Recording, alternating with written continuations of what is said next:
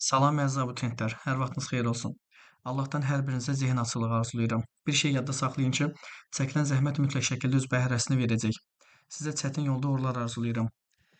Demək, bu gün sizlərlə birlikdə biosfer bölməsinə giriş eləyəcəyik. Burada biz biosferin yaranması, inkişafı, biosenoz nədir, flora, fauna, okeanda yaşayan canlılar, torpağın quruluşu, xüsusiyyəti, torpağın yaranması, ardınca isə demək, torpaqlar üzrə təbii zonaları birlikdə inşallah ki, öyrənəcəyik. Amma dərsimizdən öncə sizə YouTube kanalımı təqdim eləmək istəyirəm. YouTube kanalımda çalışıram ki, imkan daxilində vacib və qəbula düşən mövzuları ətraflı izah eləyim. Burada ən sonuncu dərsimiz Xəzər dənizi olubdur. Öncə Azərbaycan daxili suları, ikinci hissə su anbarı suvarma kanalları, çaylarımız, göllər, rus bölməsi üzrə də çalışacağam. Artıq şərhlərdə yazırlar. Mütləq şəkildə rus bölməsi üzrə də əlavə dərslər hazırlayacağam. Bu şəkildə artıq 14 dənə video var. 167 izləyicimiz var. Like atmağı unutmayın, bəyənin, paylaşın. İnşallah ki, hər biriniz üçün faydalı olar. Bu şəkildə. Gəlin indi bugünkü dərsimizə baxaq. Biosfer bölməsi. Demək, biosfer nədir? Yunancadan tərcümədə bios canlı aləm, sfera isə təbəqə deməkdir. Bios canlı, sfera isə təbəqə. Yəni yerin canlı təbəqəsi. Yaxşı, bəs yerin canlı təbəqəsi necə yaranmışdı?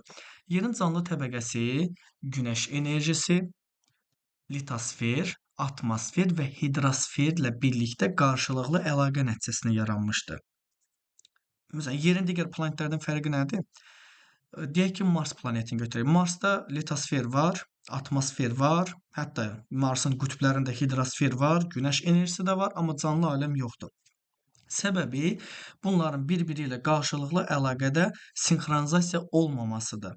Yerdə ideallıq o qədər gözəl təşkil olunub ki, bütün bu 5 təbəqə, günəşi ayrıca enerji kimi götürək, bunlar bir-biri ilə qarşılıqlı əlaqəyə keçəndə yerdə canlı aləm formalaşır. Yəqin ki, fikrim çatdı. Baxın, yerdə, yer kürəsində həyatın inkişafına və geoloji vaxt ərzində dəyişməsinə. Demək, başlayırıq birinci yerin deməli, arxeproterozoid dövrlərindən. Arxeproterozoid dövründə biz buna kriptozoid ionu da deyirik də, gizli həyat. Burada hansı canlılar yaşayıb, yaşamayıb tam bizim üçün dəqiq deyil. Amma ehtimal olunur ki, bu eralarda ilk bakteriyalar yaranıbdır və su yosunları yaranıbdır. Harda yaranıb arxeproterozoiddə həmin bu ilk bakteriya və su yosunları? Təbii ki də okean sularında. Çünki canlı həyatın formalaşması üçün mütləq şəkildə su lazımdır. Ardınca gəlir alt paleozoid. Alt paleozoida hansı dövrlərdə? Alt paleozoya aiddir Kembri, Ordovik və Silur. Yəni paleozoyun aşağı 3 dövrü. Kembri, Ordovik, Silur. Burada yosunlar, onurğasız dəniz canlıları sürətlə inkişaf eləyibdir. Quruda ilk bitkilər yaranıbdır. Psilofitlər əmələ gəlibdir. Balıqlar isə başlayıb artıq okeanı fəth eləməyə. Çünki fikir verin, okeanı fəth eləməyə başlayıblar. Hələ qurunu yox. Çünki canlı aləmin inkişafı sudan başlayır. Ardınca gəlir üst paleozoy. Üst paleozoya aiddir Devon, Karbon və Perm. Burada bitki aləmində qıcıkimlər və ay döşəklər hökmranlıq eləyibdir. Heyvanlar aləmində isə balıqlar üstün olubdur. Yəni hələ də canlı aləmdən balıq, yəni heyvanlar sudadırlar. Sonra isə ilk suda quruda yaşayanlar və sürünənlər əmələ gəlibdir. Heyvanlar isə qurunu da başlayıblar mənimsəməyə. Bu şəkildə. Ardınca mezozoy. Bizim mezozoy erasında 3 dövrümüz var. Trias, Yura, Təbaşir. Burada sürünənlər hökmranlıq eləyibdir. İlk quşlar yaranıbdır. Bunu diqqətdə saxlayın. İlk quşlar yaranıbdır. Bitki örtüyündə isə çılpaq toxumlu bitkilər geniş yayılmağa başlamışdır. Demək, dedik ki, burada ilk quşlar yaranıbdır. Bitkilərdə isə çılpaq toxumlu bitkilər geniş yayılmağa başlamışdı. Bu oldu mezozoy erası. Və sonuncu, hazırki bizim yaşadığımız kaynozoy erası. Kaynozoy erasında isə örtülü toxumlu bitkilər inkişaf eləyibdir. Məməli heyvanlar hökmranlıq eləməyə başlayıbdır və məhz bu erada təqribən 2,5 yaxud da 3 milyon il əvvəl insanlar yaranıbdır və inkişaf eləməyə başlayıbdır. Bizim hazırki dövrümüz demək oldu kaynozoy erası. Bu biosferin yerdə inkişafının geoloji vaxt ərzində dəyişikliyidir. Fikir verin, burada da şəkildə bakteriyadan başlayır ta bu günümüzə qədər. Bu biosferin inkişafıdır. Keçək növbəti slaydımıza. Demək, burada biz bitkilərin, mikroorqanizmlərin və heyvanların qarşılıqlı əlaqəsini görürük. Bunlar bir-biri ilə qarşılıqlı əlaqədədir və fikir verin, hər hansısa bir ərazidə bir-biri ilə sıx əlaqədə inkişaf eləyən, yəni bitkilər, heyvanlar və mikroorqanizmlər, bunlar üçü müəyyən bir ərazi daxilində bir-biri ilə sıx şəkildə əlaqədədir və bir yerdə inkişaf eləyirlər və həmin bu qrupa nə deyirik? Biosenoz deyirik. Tərifi belədir. Hər hansı bir ərazi daxilində bir-biri ilə sıx əlaqədə olan bitki, heyvanlar və mikroorqanizmlərin davamlı inkişafına, qrupuna biosenoz deyilir. Biosenoz. Bunu yadda saxlayaq, tərif olaraq düşə bilər.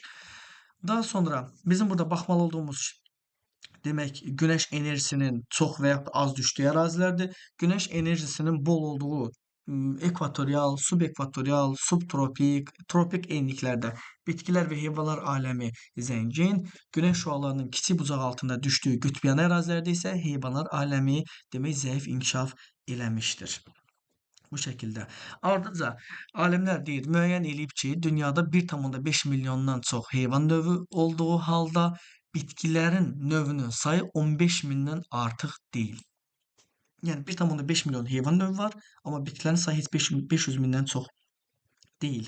Ardınca quruda bitən, yəni materiklərdə, adalarda bitən bitkilərin ümumi kütləsi 92%-dir.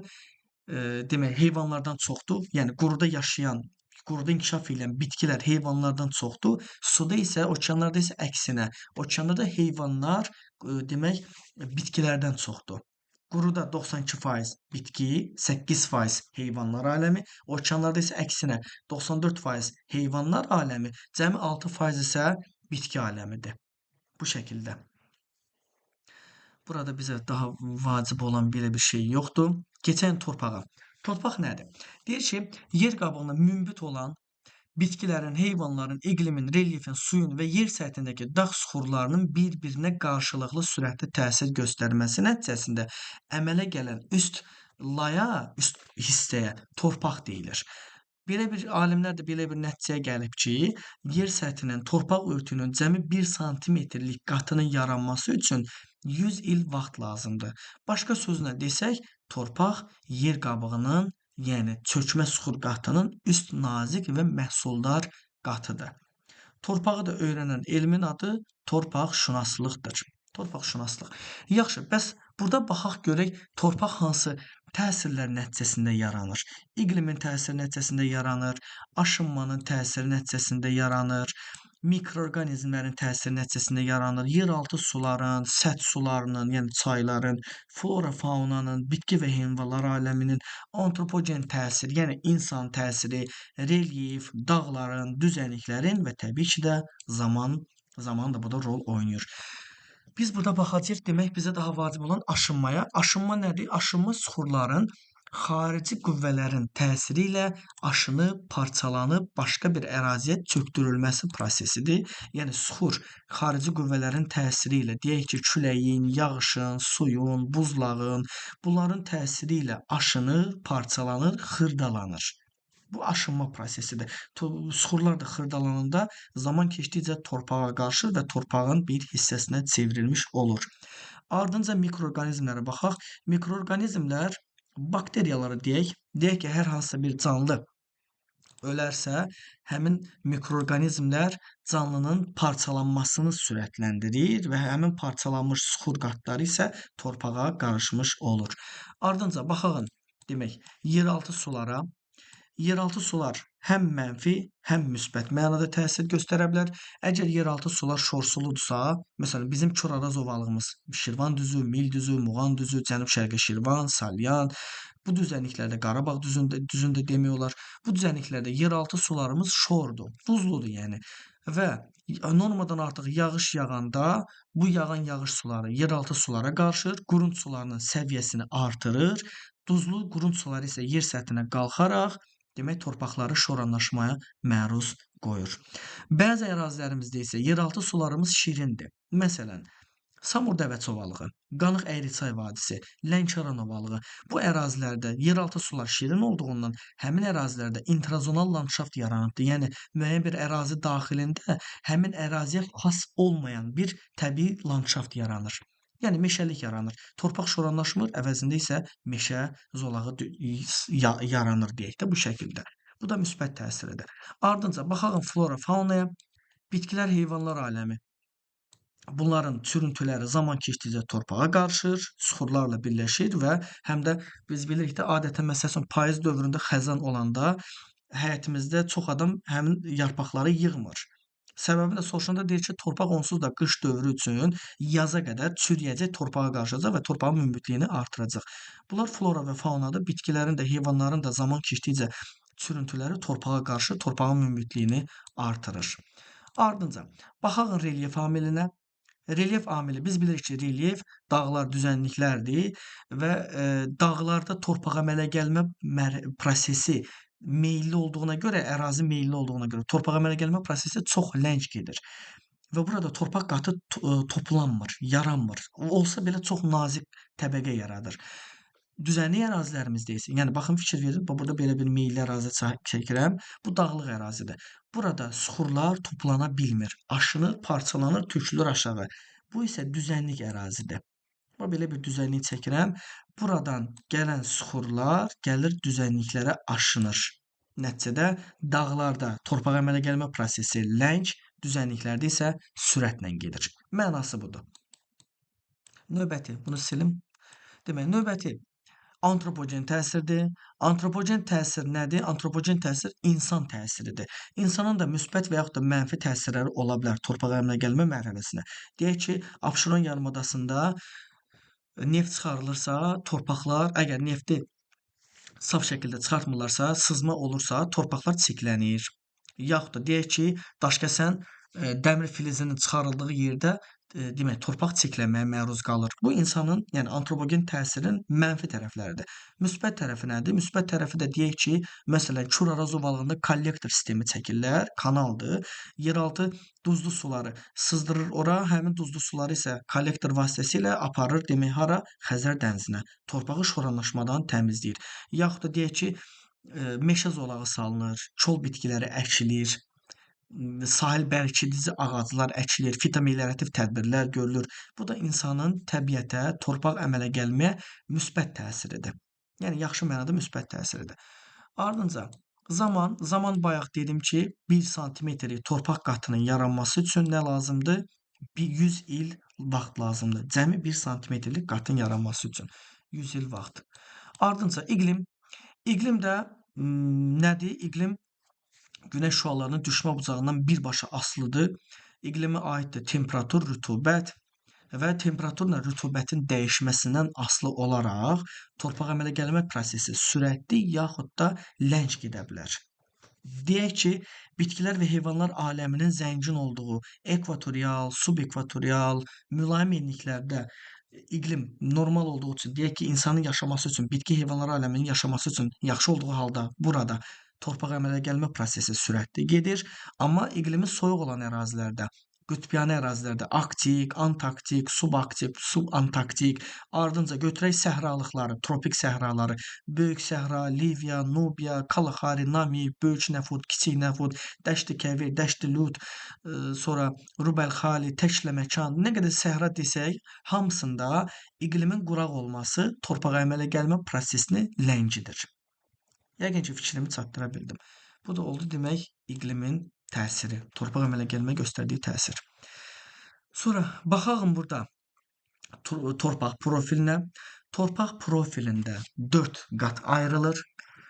Birinci qatımız adlanır A1, ikinci qat adlanır A2, üçüncü B, dördüncü isə C qatıdır. Birinci qat fikir verirsinizsə torpağın üst hissəsidir. Biz bura humus qatı deyirik, yaxud da akkumulyativ qat deyirik. Akkumulyativ qat torpağın, suxurların, münbit demək, mineralların torpaqda toplanması prosesidir. Akkumulyasiya da elə toplanma deməkdir. Yəni humus A1 qatı bizim əkinçilik apardığımız həmin o torpağın üst qatıdır. Yəqin ki, fikrim çatdı. A1 humus yaxud da akkumulyativ qat. A2 isə buradır. Bura A2-dir. A2-də biz ellüvial qat deyirik. Burada yuyulma qatdır. Burada minerallar azdır, çünki yuyulur. Yuyulan minerallar isə B qatına gedir. Burada yazılır ki, yuyulma materiallarının toplandığı illüvial qatdır. Yəni A2-dən yuyulan suxurlar B-də toplanır. Illüvial yuyulma, illüvial isə toplanma. Növbəti sonuncu qatımız torpaq profilində C qatıdır. Ən aşağı hissədir. Bax, o buradır. Bura biz ana suxur deyirik, yaxud da torpaqaltı qat deyirik. Bu şəkildə oldu torpaq profili. Sonra burada humus qatı nədir? Bayaq bu haqda danışdım. Humus qatı bitki və heyvanların qalıqlarının çürüməsindən əmələ gələn və yüksək məhsuldarlığa malik təbəqədir. Torpağın üst hissəsində toplanılır və humus qatı, humusun miqdarının çox yaxud da az olması torpağın rənginə də təsir göstərir. Humusun miqdarının çox olduğu torpaqların rəngi daha tünd olur. Humusun miqdarının az olduğu torpaqlarda isə rəng açıq olur. Deyək ki, məsələn, qara torpaqlar. Qara torpaqlar dünyanın ən məhsuldar torpaqlarıdır.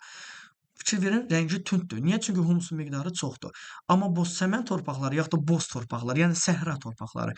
Bunda isə rəng açıqdır. Səbəb humusun miqdarının az olması. Burada torpaq əmələ gəlmənin gəlməsi üçün əlverişli şəraitə baxaq. Hansı hallarda torpaq əmələ gəlmə daha sürətlə gedəcək? Bunun üçün temperaturun illik gedişatı 10-25 arası olmalıdır. Bu temperatur şəraitində torpaq əmələ gəlmə sürətlə gedir. Və təbii ki də rütubətlənmə əmsalının 0,5 və 1 arası olmasıdır.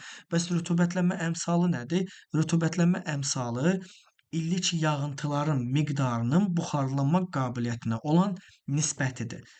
Yəni, deyək ki, Kür-Araz ovalığında yağan yağışın miqdarı 400 mm-dir. Buxarlama qabiliyyəti isə 1100 mm-dir. 400-ü 1100-ə böləndə alırıq təqribən 0,3 rütubətlənmə əmsalı. Demək ki, Kür-Araz ovalığında torpaq əmələ gəlmə prosesi zəif gedir. Həqiqətən də bizim iqlimindən asılı olaraq, yəni humusun miqdarı az olduğuna görə Kür-Araz ovalığında əkilən bitkilərin əksəriyyətini demək gübrələrdən istifadə olunur ki, torpağın münbitliyini artırsın. Ən ideal şərait əmsalın 0,5 və 1 arası olmasıdır. Yaxşı, bəs birdən yuxarı niyə olmaz? Birdən yuxarı üçün nümunə deyə bilərəm. Demək, ekvatorial iqlim qurşağının rütubəti, demək, qırmızı, sarı feolit və laterit torpaqlarını. Bu torpaqlarda əmsal birdən böyükdür. Bataqlıq, yəni humusun miqdarı çoxdur.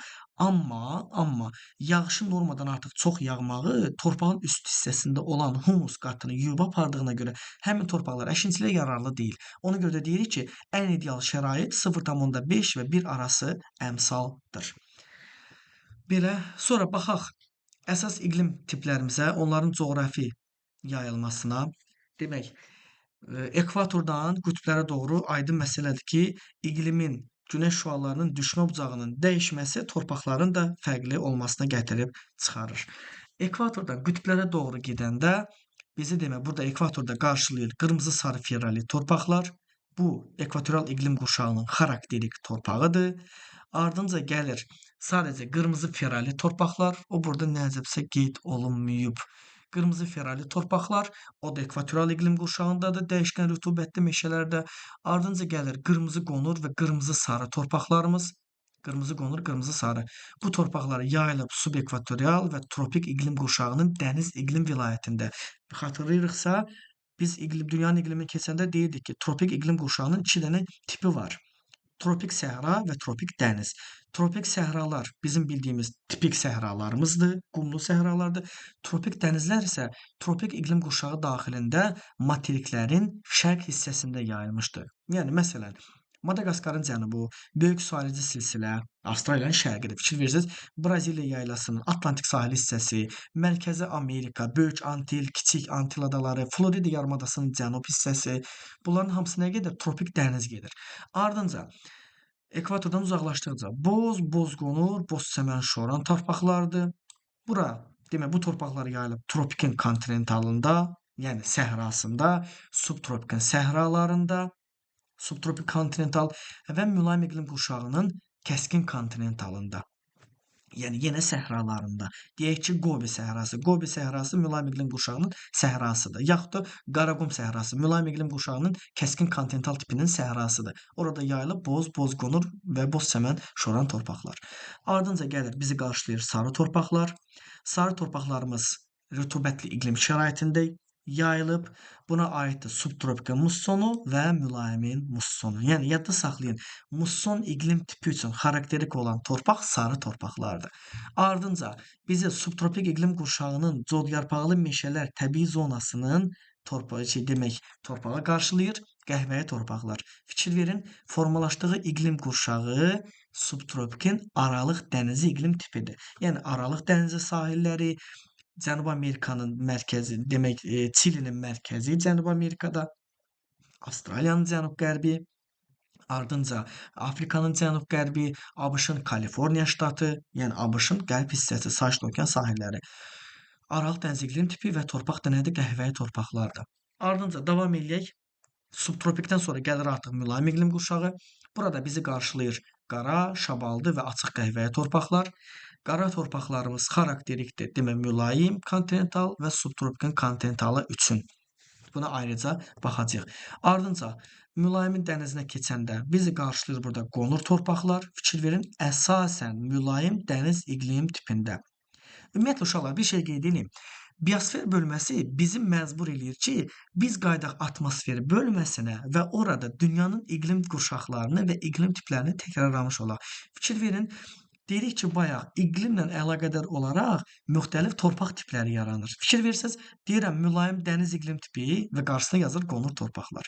Demək, mülayim dənizin öz torpağı var, mülayimin kontinentalın torpağı qara, şabaldı, açıq qəhvəyi torpaqlardır. Yəni fərqli torpaq tipləri yaranır. Yaxud da mülayimin kontinentalında çimli podzoldur, mülayimin kəskin kontinentalında isə podzol torpaqlardır.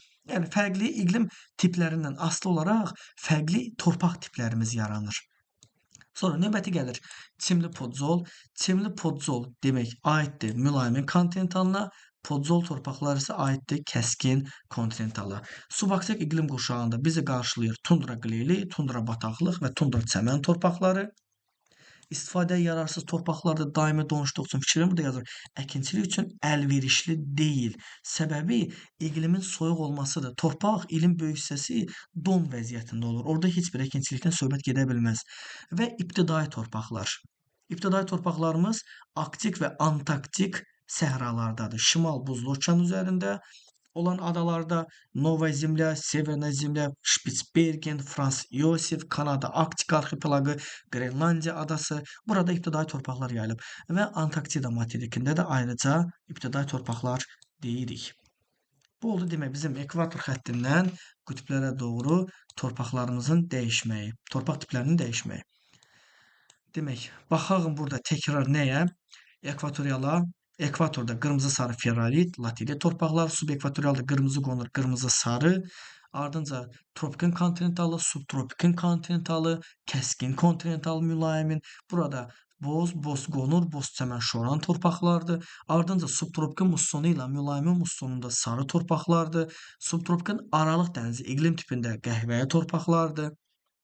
Daha sonra mülayimin kontinentalı ilə subtropikin kontinentalında qara, şabaldı və açıq qəhvəyi torpaqlardır. Mülayimin dənizində qonur torpaqlardır. Mülayimin kontinentalında çimli podzol, kəskin kontinentalında isə podzol torpaqlar yayılmışdır. Subaksik iqlim qurşağı üçün xarakterikdir tundra qleyli, tundra bataqlıq, tundra çəmən torpaqları. Qütblər üçün isə şimal qütbü, cənub qütbündə isə arktik və antarktik səhralıqlar. Yəni ibtidai torpaqlar. Axırıncı iki torpaq tipimiz, yəni tundra qleyli, tundra bataqlıq, tundra çəmən və ibtidai torpaqlar. Bu torpaqlar əkinçilik üçün yararlı deyil. Bu şəkildə. Sonra baxağın burada torpağın eroziyasına. Bu nə prosesidir, ona baxaq.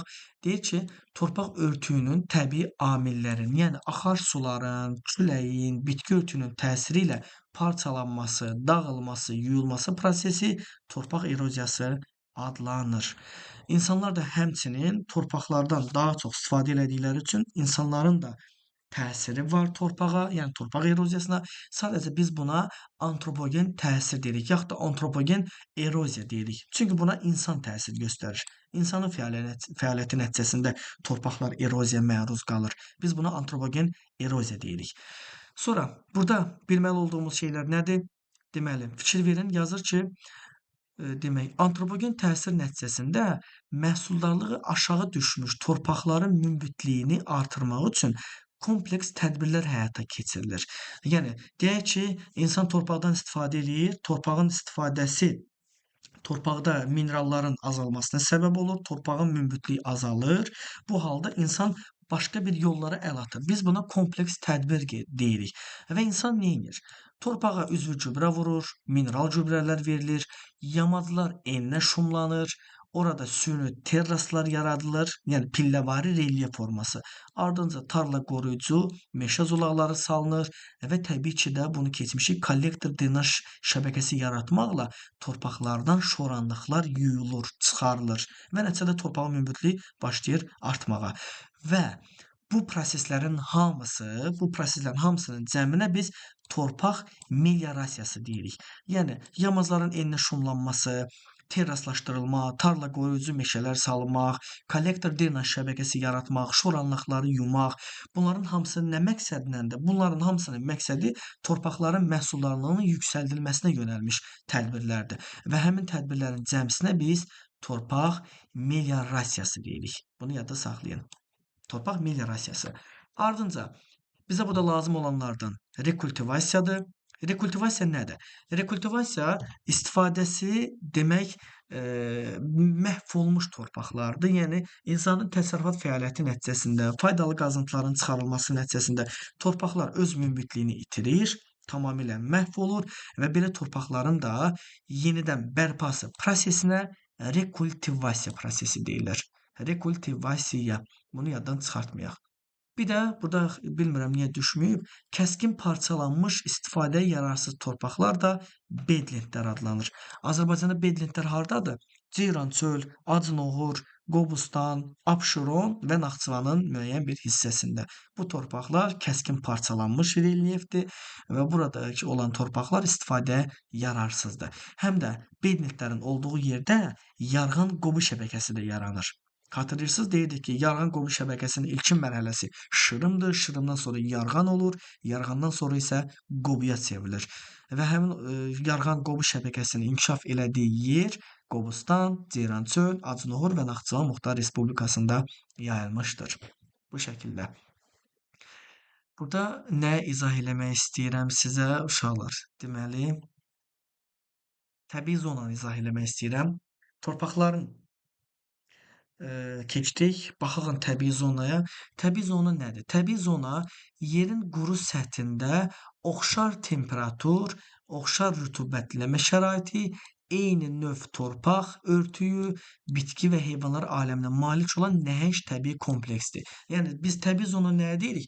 Müəyyən bir ərazi daxilində, yəni geniş bir ərazidə temperatur da oxşardır, rütubətləmə şəraiti də oxşardır. Rütubətləmə və temperatur oxşar olduğuna görə eyni torpaq örtüyü yaranır. Eyni torpaq örtüyü olduğu üçün də bitki və heyvanlar aləmi də bir-birinə demək həmin ərazi daxilində yaxın yaşayır. Və bunların hamısının demək bu komplekslərə biz nə deyirik? Təbii zona deyirik. Təbii zonalar demək bir-birindən nə ilə fərqlənir? Temperaturu ilə fərqlənir, rütubətlənməsi ilə fərqlənir, torpaq örtüyü ilə fərqlənir və ən əsası bitki və heyvanlar aləmi ilə də bir-birindən fərqlənir. Və yer kürəsində ekvatordan qütblərə doğru müxtəlif təbii zonalar ayrılır. Bizim birinci təbii zonamız demək rütubətli ekvatorial meşələrdir. Burada biraz qarışıqdır. Mən burada ardıcıl gedəcəm. Demək, birinci baxırıq rütubətli ekvatorial meşələrə. Yaxınlaşdırım. Rütubətli ekvatorial meşələr. Burada da şəkildə göstərəcəm sizə. Belə ayrıca bir Cəlil müəllimin konspekti var. Buradan da göstərəcəm. Diqqətlə baxaq.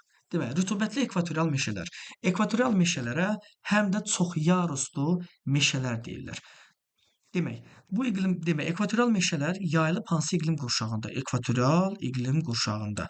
Ekvatorial iqlim qurşağında temperatur il boyu bərabərdir, yağıntılar il boyu bərabərdir. Fikir verin, deyir ki, bütün il boyu isti və rütubətlidir. İsti və rütubətlidir. Demək, diqqətlə baxaq. Uşaqlar, biraz nazildir. Ekvatorial iqlim qurşağı da yerləşir. Bütün il boyu isti və rütubətlidir. Deyir ki, burada istilik və rütubətin kifayət qədər olması nəticəsində çoxyaruslu meşələr yaranır. Çoxyaruslu meşələr nəyə deyilir? Çoxyaruslu meşələr müxtəlif hündürlüklü bitkilərə deyilir. Yəni ekvatorial iqlim qurşağında demək, bitkilər bir-birindən fərqlənir hündürlüyünə görə. Bunun da səbəbi günəşin enerjisidir. Günəş enerjisini demək, sıx meşəli, demək, ərazidə sıx meşəlik olduğuna görə ağaclar, bitkilər günəşə doğru irəliləyirlər. Yəni aşağıdan üzü yuxarı qalxırlar və nəticədə müxtəlif yaruslu ağaclar yaranır. Birinci yarusumuz ən hündür ağaclardır. Bu ağacların hündürlüyü 60 metrə qədər çatır. Birinci yarus. İkinci yarusun hündürlüyü 20-30 metrdir. Üçüncü yarus 10-20 metrdir və dördüncü, sonuncu yarus 2-3 metr hündürlüyü olan kol bitkiləridir. Kol və ay döşəyi bitkiləridir. Demək, 4 dənə əsas yarus oldu. Birinci yarus 60 metrə qədər çatır, ikinci yarus 20-30, üçüncü 10-20, sonuncu isə dördüncü yarus ən alçaq ağaclardır. Biz buna kollar deyirik və bunların hündürlüyü cəmi 2-3 metr aralığında olur. Burada da şəkildə fikir verin, sıx cəngəlliklərdir. Günəş şüası torpaq örtüyünə çatmır. Ona görə də deyirik ki, ekvatorial iqlim qurşağında, rütubətli ekvatorial meşələrdə demək, ot örtüyü yoxdur. Ot örtüyü yoxdur burada. Səbəb günəş şüalarının torpağın səthinə düşə bilməməsidir. Ağaclar o qədər sıxdır ki, günəş şüası ağacların arasından torpaq örtüyünə çatmır. Demək, bitki və heyvanat aləmi çox zəngindir. Temperaturun aylıq və orta illik qiyməti 25-28 dərəcədir. Yəni həm illik temperatur amplitudası kiçikdir, həm də sutkalıq kiçikdir. İl ərzində 25-28, elə sutka ərzində də 25-28. Nəticədə bizim cəmi 3 dərəcəlik həm illik, həm də sutkalıq amplitudamız yaranır. Yəni burada temperatur kəskin şəkildə dəyişmir. İllik yağıntılarımızın da miqdarı 2000-3000 millimetr aralığında dəyişir. Bu meşəliliklər demək harda yayılıb diqqətlə baxaq. Amazon çayının hövzəsində fikir verin. Amazonun hövzəsində, həm də Cənubi Amerikada rütubətli ekvatorial meşələrə selvas deyirlər. Bunu yadda saxlayın. Selvas. Ardınca burada Kongo hövzəsində yayılıbdır. Bir də Qvineya körfəzi sahillərində. Bu Afrika materikidir. Asiyada isə bunu biraz yaxınlaşdırım, daha aydın olsun. Burada isə Sumatra adası, Yava adası, Sulawesi, Yeni Qvineya, Filippinin cənub hissəsi, Kalimantan, hətta Malakka yarımadasının da cənub hissəsində rütubətli ekvatorial meşələr yayılmışdı. Bu belə, ən asanı məncə budur. Bundan sonra demək bizdə gəlir dəyişkən rütubətli meşələr. Dəyişkən rütubətli meşələrin torpağı qırmızı ferrali torpaqlardır. Mən burada bir şey qeyd eləmədim uşaqlar, üzr istəyirəm. Rütubətli ekvatorial çoxyaruslu meşələrin torpağı qırmızı sarı ferralit yaxud da laterit torpaqlardır. Qırmızı sarı ferralit və laterit. Ardınca bizdə gəlir demək dəyişkən rütubətli meşələr. Adından da məlum, burada rütubət dəyişkəndir. Fikir verin, subekvatorial və tropik dəniz iqlim tipinin hakim olduğu ərazilərdə formalaşmışdır. Zəngin bitki və heyvanat aləmi var. Yağıntı miqdarı 1500 mm-dən çoxdur. Temperatur isə 24-28 dərəcə aralığında dəyişir. Bunun ekvatorial iqlim qurşağından fərqi odur ki, bu fərqli iqlim qurşaqlarında yayılıbdır. Subekvatorial və tropik. Həm də burada rütubət il ərzində dəyişkəndir. Yağıntının miqdarı 1500 mm-dən çoxdur və əsas yağıntının düşdüyü dövrdə yay aylarıdır. Torpağı qırmızı ferralit torpaqlardır. Baxaq xəritəmizdə bu hansı ərazilərdir? Demək, mavi rəngə baxaq, dəyişkən rütubətli, o cümlədən musson meşələri. Biz burada baxacağıq, əslində bu biraz qarışıq mövzudur. Bir dəqiqə.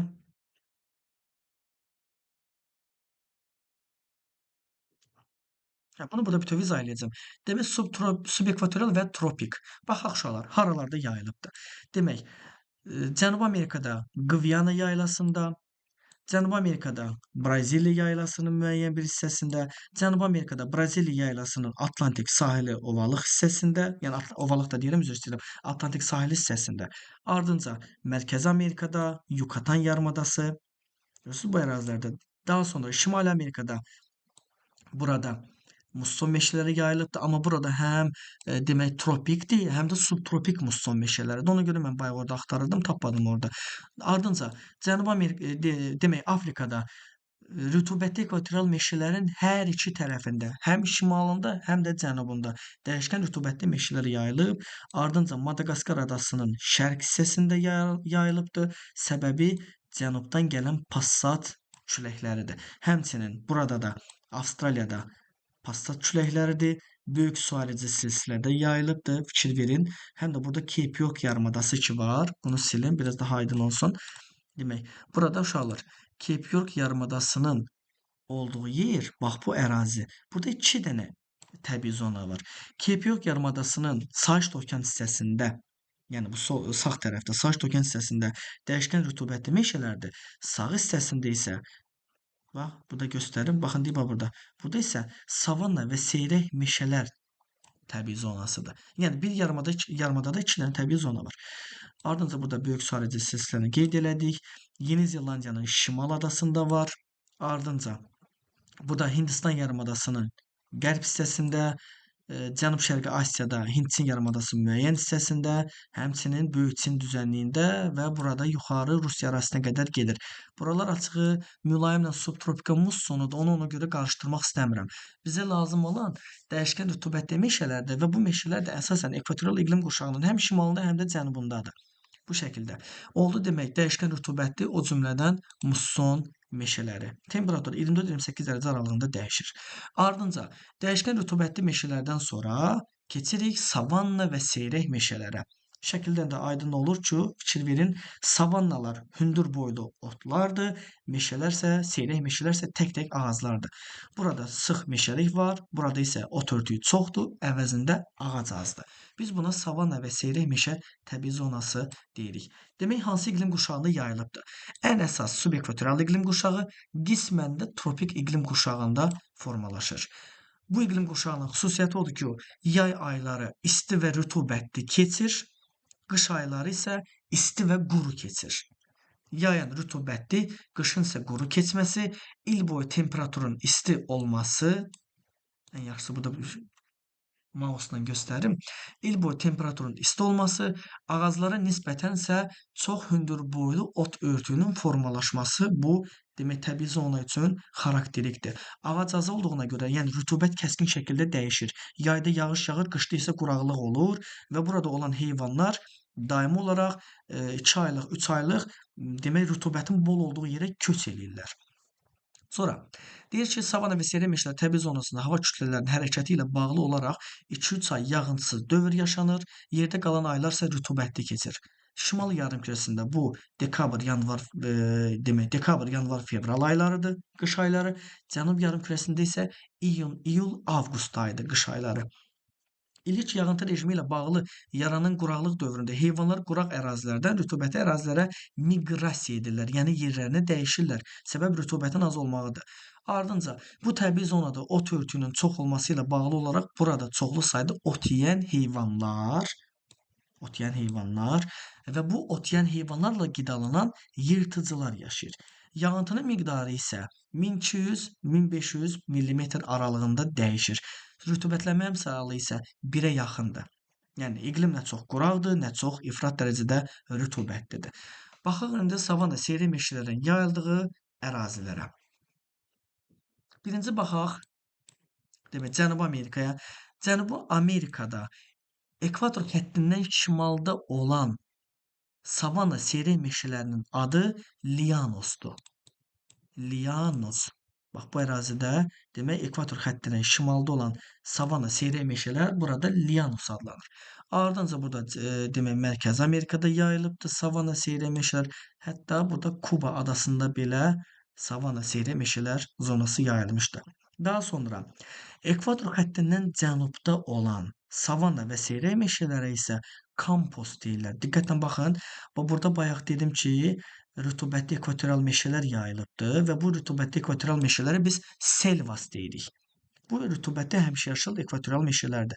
Bu ekvatorial rütubətli meşələrdən şimalda Lianos yayılıbdır. Yəni savanna seyrək meşələrin adı Lianosdur. Ekvator xəttindən cənubdakı savanna seyrək meşələri isə biz kampos deyirik. Lianos və kampos. Adları fərqlidir. Cənubi Amerikada ümumiyyətlə yalnızca çox müxtəlif adlar var idi. Tepuilər var idi, Kəlləqənd var idi, Altiplano var idi. Bu da onlardan biridir. Selvas, Lianos və Kampos. Ortada Selvasdır, şimalda Lianosdur, cənubda isə Kamposdur. Daha sonra Avstraliyada savanna seyrək meşələrin adı Scripdir. Script nədir? Script demək olar. Ümumiyyətlə bu savanna seyrək meşələr Afrikada da, Cənubi Amerikada da, Avstraliyada da bir-birindən fərqlənir. Məsələ orasındadır ki, savanna seyrək meşələrin ən rütubətli olan hissəsi Cənubi Amerikadır. Səbəbi Cənubi Amerikanın ən rütubətli materik olmasıdır. Daha sonra rütubətlənməsinə görə Afrika gəlir, Afrikadan sonra isə Avstraliya gəlir. Avstraliya dünyanın ikinci ən quraq materikidir, Antarktidadan sonra. Avstraliyada yayılan savanna və seyrək meşə təbii zonası nisbətən quraq iqlim şəraitində inkişaf edibdir. Ona görə də biz ona skrep deyirik. Skrep. Bu qədər sadə. Daha sonra Afrikada ekvator xəttinə şimalda, bu hissədə buraya deyə bilərik demək Çad gölünün hövzəsi, Efiopiya yaylası, Somali yarımadası, Şərqi Afrika yaylası, Mərkəzi Afrika zonası, Madaqaskar adasının da qərb hissəsi. Savanna və seyrək meşələr təbii zonasıdır. Daha sonra Avrasiya materikində Hindistan yarımadasının böyük bir hissəsini əhatə edir.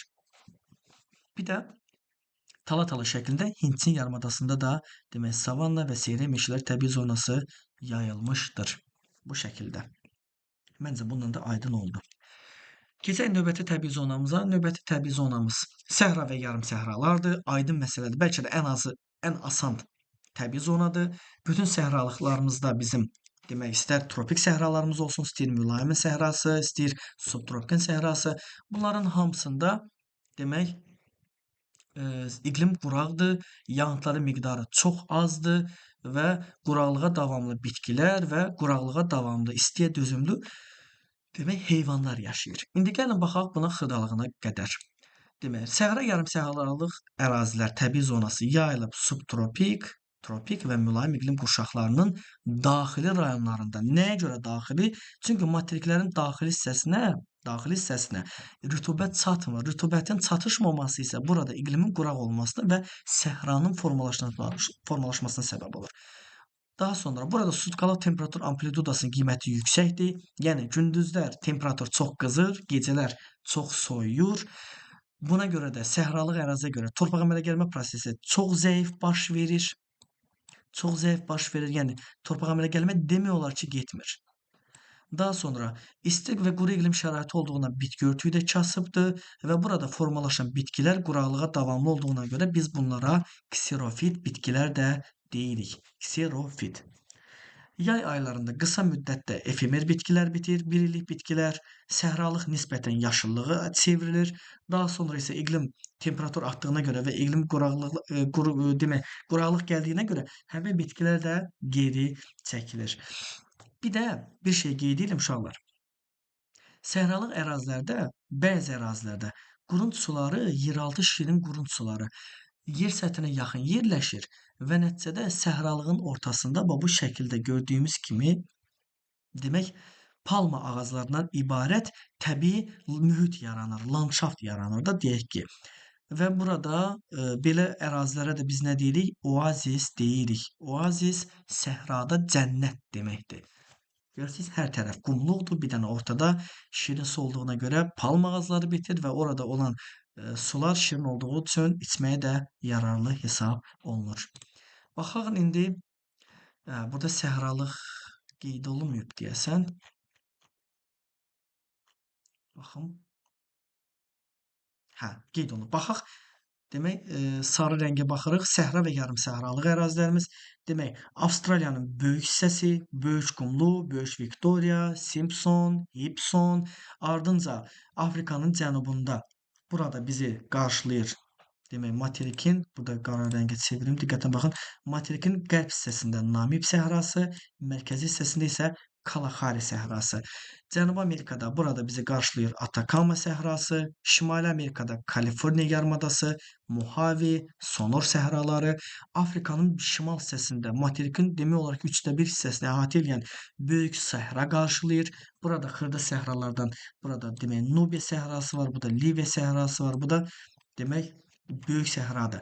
Ardınca Ərəbistan yarımadasında Böyük Nəfud, Kiçik Nəfud, Rub Əl-Xali səhrası, burada Qaraqum, Qızılqum, Təkləməkan, Gobi, Alaşan səhrası, Hindistanla Pakistan sərhəddində Tar səhrası, İranda isə Dəşti Kəvir və Dəşti Lut səhraları yayılmışdı. Səhra və yarım səhralıqlar.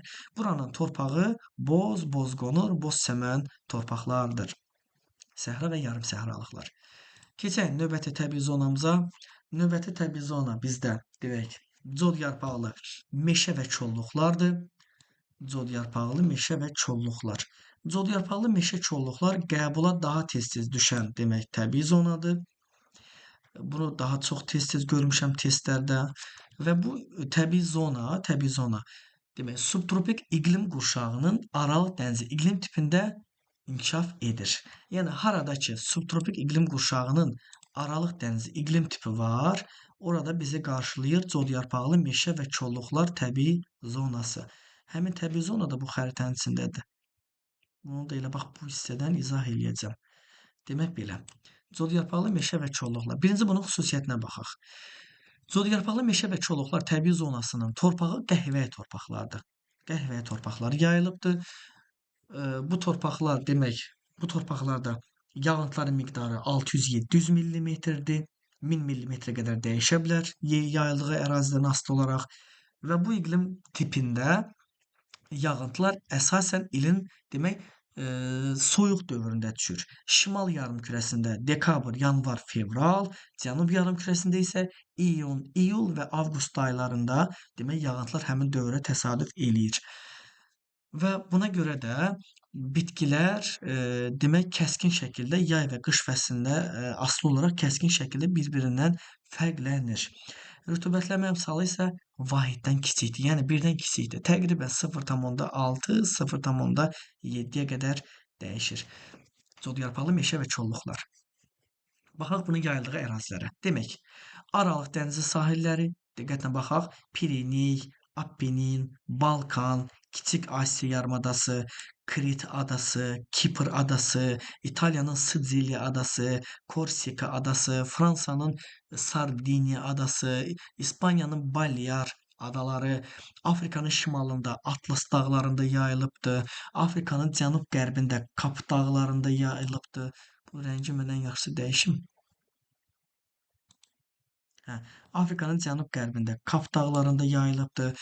Avstraliyanın həm cənub-qərbində, həm də cənub-şərqində yayılıbdır bu təbii zona. Ardınca Çilinin mərkəzi hissəsində yayılıbdır. Çilinin paytaxtı Santiago şəhəri də həmin təbii zona daxilindədir. Ardınca sonuncu ərazimiz ABŞ-ın Kaliforniya ştatı 40-cı paralel. 40-cı paralel Azərbaycanla eyni paraleldə yerləşir. Demək ABŞ-ın Kaliforniya ştatı. Bir də uşaqlar. Deyir ki, cod yarpaqlı həmişəyaşıl meşə və kolluqlar təbii zonasında subtropik iqlim qurşağının Aralıq dənizi, bunu dedik, həm də bərabər rütubətlənən tipində də rast gəlinir. Subtropik iqlim qurşağının bərabər rütubətli iqlim tipi var idi. Bu iqlim tipi yalnız cənub yarımkürəsi üçün keçərli idi və yayıldığı ərazilər, demək, Cənubi Amerikanın cənub şərqi, Afrikanın cənub şərqi və Avstraliyanın cənub şərqidir və fikir versəz, Avstraliyanın cənub-şərqində iqlim subtropikən bərabər rütubətlisi olsa da, təbii zona cod yarpaqlı meşə və kolluqlardır. Hətta Tasmaniya adasının da şimal hissəsi cod yarpaqlı meşə və kolluqlar təbii zonasıdır. Yəqin ki, fikrim aydın oldu. Bir dənə burada istisnamız nədir? Avstraliyanın cənub-şərqi subtropikən bərabər rütubətli iqlim demək tipi. Bu şəkildə. Daha sonra bizi qarşılayır demək, mülayim və subtropik iqlim qurşağında formalaşan çöl və meşə çöl təbii zonası, Bu təbii zona yayılıb mülayim və qismən subtropik iqlim qurşağında, yağıntıların illik miqdarı 400-600 millimetrdir. Əsasən də ilin soyuq dövründə və yazın əvvəlində düşür. Rütubətlənmə əmsalı vahiddən kiçikdir. Yağıntıların miqdarı 400-600-dür. Əmsal hardasa deyim sizə 0,6 və 0,7 yox 8 aralığında dəyişir. 0,6-0,8 aralığında dəyişir. Burada zəngin ot örtüyü var və həmin ot örtüyünün də torpaqları qara torpaqlardır. Ən çox antropogen təsirə, dəyişikliyə məruz qalan təbii zonadır. Səbəbi odur ki, burada yayılmış qara torpaqlar dünyanın ən münbit torpaqlarıdır və dünyanın da mühüm taxılçılıq regionu elə həmin çöl və meşəçöl təbii zonasında yayılmışdır. Şəklindən də aydın şəkildə görünür. Fikir verirsiniz, otlar azdır. Üzr istəyirəm. Ağaclar azdır, əvəzində otlar çoxdur. Otun da çox olmağının səbəbi torpağın humus miqdarı ilə zəngin olmasıdır. Baxaq onun yayıldığı ərazilərə. Demək, çöl və meşəçöl təbii zonası. Çöl meşəçöl təbii zonası yayılıb cəmi 3 dənə materikdə. Avrasiya materiki, Şimali Amerika materiki və Cənubi Amerika materiki. Və bunların adı materiklərdən asılı olaraq dəyişir. Avrasiya materikində bunun adı steplərdir, step deyilir. Şimali Amerikada preridir, Cənubi Amerikada isə pampadır. Cənubi Amerikada pampa olmaqla yanaşı, həm də torpaq da digər step və prerilərdən fərqlidir. İndi buna gələcəm. Baxaq birinci stepin yayıldığı ərazilərə. Step yayılıb harda? Demək, indiki Şərq Avropa düzənliyinin bir hissəsində və Qərbi Sibir düzənliyinin aşağı hissəsində Rusiya-Qazaxıstan sərhəddi və Ukraynanın böyük bir hissəsi.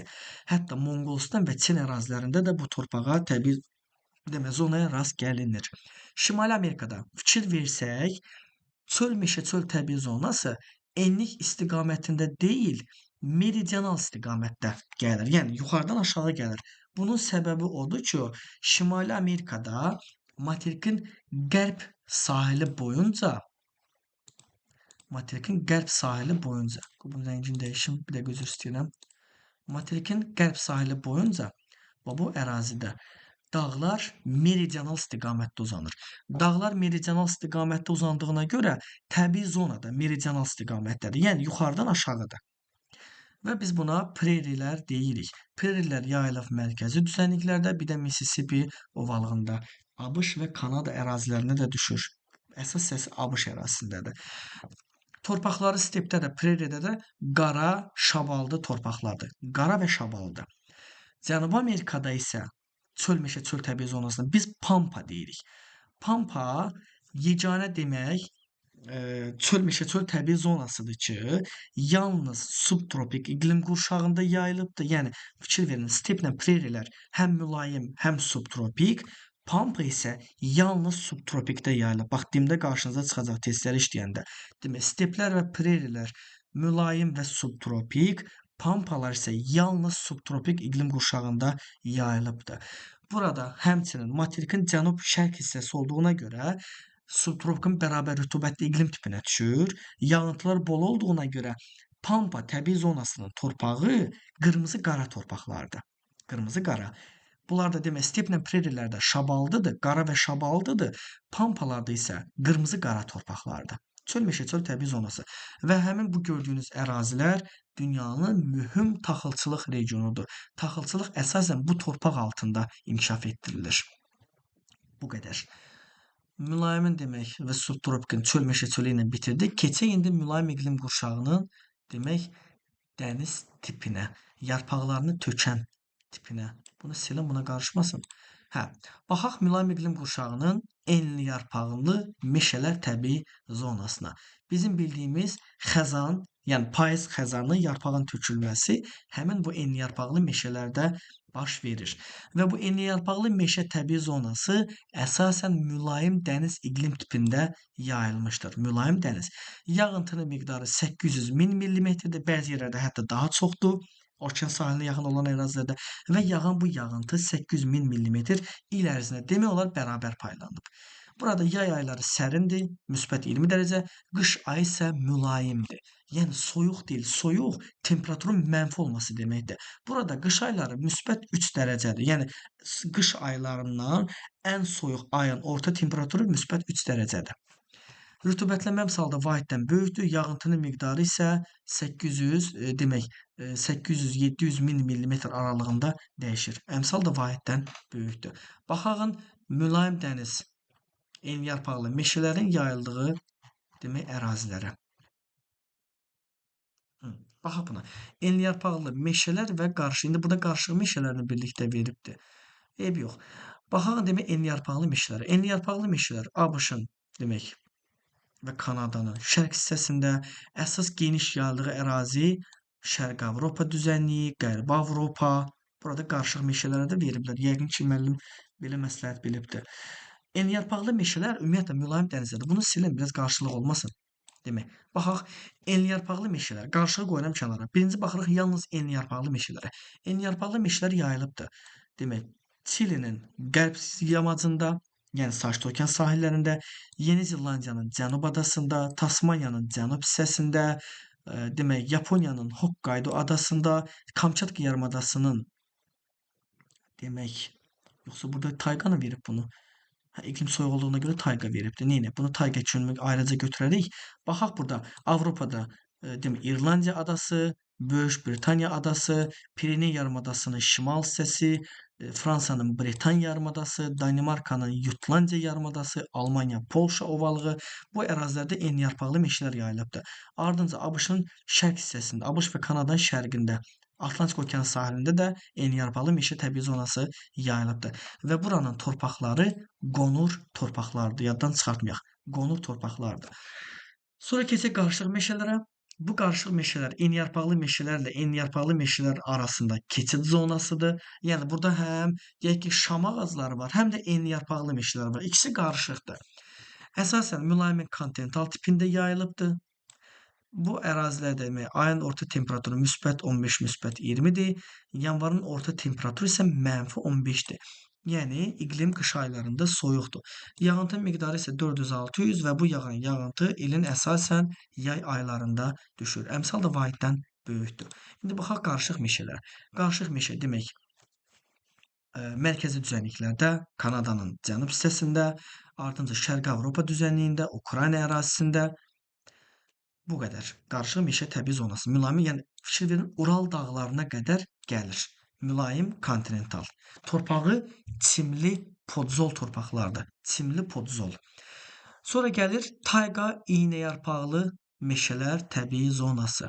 Tayqalaya biz iynəyarpaqlı deyirik. Demək, şam ağaclarından təşkil olunubdur.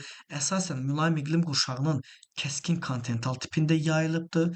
Qış ayları -30, -40 dərəcəyə qədər düşür. İqliminin sərt, soyuq olması enliyarpaqlı ağacların yayılmasına səbəb olub. Yəni fikir verin, enliyarpaqlı ağacların yarpaqları böyük olur. Çünki iqlim mülayimdir, ilıqdır. Enliyarpaqlı ağaclarda isə iqlim sərt və soyuq olduğuna görə ağaclar yığılır bir-birinə. Yəni şam vəziyyətinə alır. Balaca şam ağaclarına çevrilir. Yağıntılar əsasən qış aylarında 250-350 millimetr düşür və əmsal isə vahiddən böyükdür. Və dünyada bir şey yada saxlayın, tayqa, enliyarpaqlı meşələr təbii zonasında dünyanın ən böyük bataqlıqlarından biri yayılıbdır. Həmin bataqlıq Qərbi Sibir ovalığında olan, demək, Vasyugan bataqlığıdır. Rusiya ərazisinə düşür. Vasyugan bataqlığı. İndi baxaq, demək, tayqa təbii zonasına aiddir. Kanadanın şimal hissəsi, ABŞ-ın, demək, Kanadanın Sakit Okean sahillərində, burada Skandinaviya yarımadasında, Finlandiya ərazisində, Qərbi Sibir, Orta Sibir, fikir verin bu ərazilərin hamısında, Orta Sibirində hər yerində yox, cənub hissəsində. Demək, tayqa meşələri, burada Kamçatka yarımadasının qərb sahilləri, Rusiyanın Oxot dənizi sahilləri bu ərazilərdə yayılıb bizim demək tayqa iynəyarpaqlı meşələr təbii zonası. Bu şəkildə. Ardınca demək burada gəlir, qalır bizdə demək tundra, meşə tundra və arktik səhralar. Bununla da yekunlaşdıracaq inşallah dərsi. Demək baxaq tundra, meşə tundra təbii zonasına. Tundra, meşə tundra təbii zonası subarktik iqlim qurşağının təbii zonasıdır. İl boyu əsasən qar halında 300-400 millimetr aralığında yağıntı düşür. Yay aylarında temperaturu müsbət cəmi 10 dərəcəyə qədər qızır. Qışda isə -30 və daha aşağı olur. Təbii şəraitin əlverişsiz olması antropogen, yəni insan təsirini zəiflədir. İnsan burada yaşamır. Qısa yay, yay ayları burada qısadır, nisbətən sərindir və bu dövrdə otlar və alçaq kollar bitir. Qış aylarında isə güclü küləklər, demək yağıntı miqdarının azalmağı, yağıntının qar şəklində düşməsi, ağacların isə demək formalaşmasına mane olur. Əmsal burada vahiddən böyükdür. Çünki bataqlıq zonasıdır. Günəş şüaları kiçik buzaq altında düşür, yağıntılar isə 300-400 mm-dir, əmsal birdən böyük olur. Baxaq tundra, meşə tundra təbii zonasına. Tünd mavi rəngdə.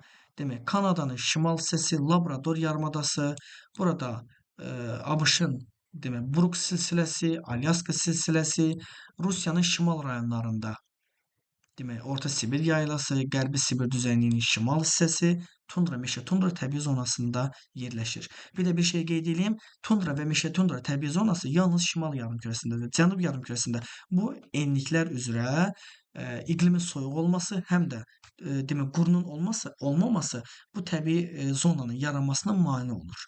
Sonuncu təbii zonamız Arktik və Antarktik buz səhralarıdır. Bura aiddir Şimal Buzlu okean və Antarktida. Temperatur yay aylarında çox qısa müddətdə müsbət 5 dərəcə qədər qızır. Həmin dediyimiz 5 dərəcə, müsbət 5 dərəcə aiddir Arktik iqlim quşağına. İl boyu hava soyuqdur. Hava il boyu demək soyuqdur, aydındır, bulutsuzdur, şaxtalı hava hökm sürür. Torpağa əmələ gəlmə imkanı demək olar ki, yoxdur. Aydın məsələdir. Temperaturla bilinir bu daimi donuşluq zonasıdır. Yayda buzdan azad olan ərazilərdə mamır, şibyə və yosuna rast gəlinir.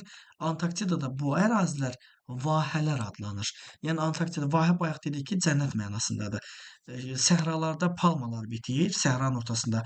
Antarktida buzlaqlarında isə otlar, mamır, yəni ot deməkdə mamır, şibyə və yosunlar deyir. Bunlara rast gəlinir. Demək, sərt təbii şərait olduğundan da bitki və heyvanlar aləmi növ etibarilə çox kasıbdır. Ağ ayılar, qütb ayıları Arktik iqlim qurşağında yayılmışdır. Antarktik iqlim qurşağında isə pinqvinlər yayılmışdır. Və buranın torpağı ibtidai torpaqlardır. Bu şəkildə. Bundan da təbii zona dərsimiz bitir. Təbii zonanı əlaqələndiririk torpaqla, həmçinin dünyanın iqlim tipləri ilə. Burada mən bir şey təkrar eləmək istərdim. Amma heyf ki, ekvatorial iqlim qurşağı düşməyibdir. Beləcə uşaqlar, bugünlük dərsimiz bu qədər. Dinlədiyiniz üçün sağ olun, var olun. Hər birinizə zehin açılıq arzulayıram. Növbəti dərslərdə görüşənədək.